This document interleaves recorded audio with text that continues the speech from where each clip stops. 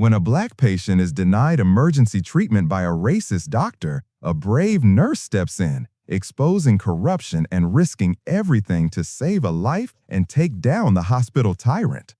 The emergency room lights of St. Vincent's Hospital flickered as Nia Johnson, a black nurse with 10 years of experience, sprinted down the hall.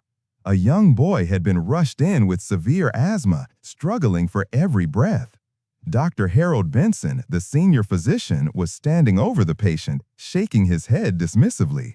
"We can wait for the next specialist," he muttered, his tone dripping with bias.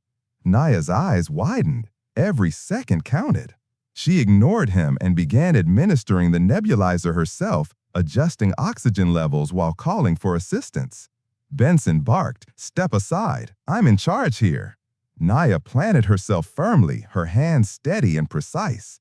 "If you don't act, he dies. I won't let that happen," she said, glaring at her with unyielding determination. The ER was tense. Nurses and interns watched, unsure who to support. Benson lunged toward the equipment to stop her. Nia reacted instinctively, stepping in front of him while simultaneously hitting the emergency alert button she knew would broadcast the situation to hospital administration. Alarms blared, monitors flashed red, and security personnel rushed in just as the boy's oxygen stabilized.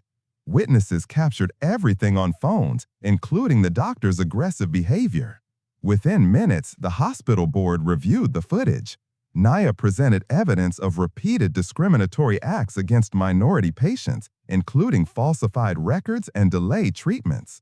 The investigation revealed a pattern of bias that endangered dozens of lives.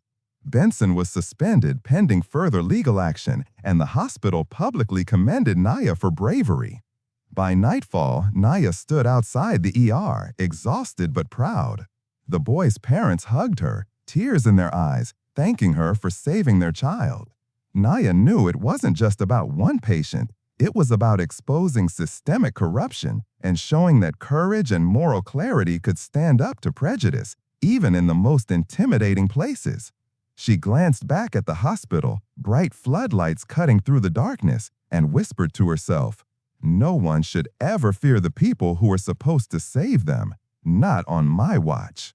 I am Liam. Subscribe for more HOA madness. Thanks.